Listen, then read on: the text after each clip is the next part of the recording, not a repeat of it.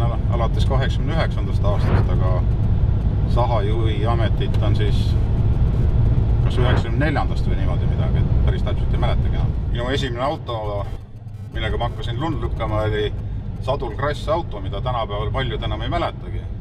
Ja sellel siis oli selline ise tehtud sahk, mida ei saanud ülessegi tõsta. Et sai siin lund lükatud kevadel ja lumi sulas päiksega silmnähtavalt ära, tulid tagasi, et kummiosa all põles.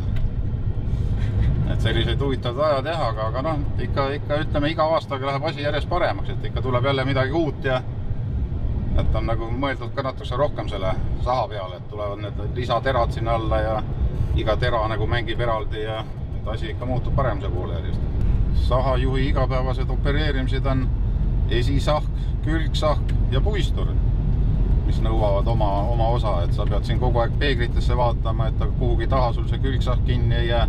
Esisahk, et igalt poolt saartest ja asjadest läbi mahuks ja soolakoguse reguleerimine siin ja laiused ja et ega siin on käed-jalad tööd täis kogu aeg.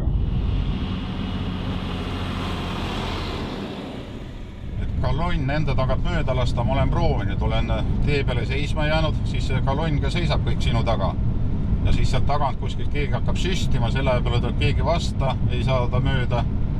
Ja kui ma paneks nüüd kõik sahad kokku ja läheks tee äärde ära, laseks kalonni mööda ja kui ma hakkan pärast tagurpidi tagasi tulema, saan kõik sahad omal jälle laiali, saan sinna järje peal ära, on jälle uuesti see kolonn tagasi. Tuleks see maa ära kannatada siin, et see saak sõidab siin 40-50 kilomeetrit tunnis, et tuleks ära kannatada see aeg. Ja no, kes muidugi tunneb, et ta oskab sõita ja sõitku mööda, eks, et ei ole keelatud. Saha autost mööda sõidad, et siis tulekski vaadata seda saha nurka. Et avastad, et ma olen vaadanud, kui inimesed sõidavad, siis nad vaatavad seda kahte musta jälge.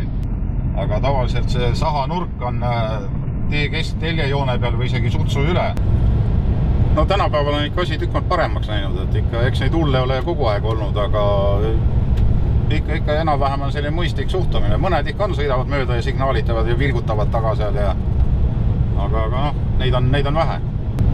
Minust on isegi paremalt poolt mööda sõidetud, külgsaha alt tuleb ikka meeletu lumevool, mis sealt tuleb, nii et lõi selle väikse autole tiirud peale ja külge pidi vastu teepiiret, et inimese mõistus on ikka väga huvitav selline.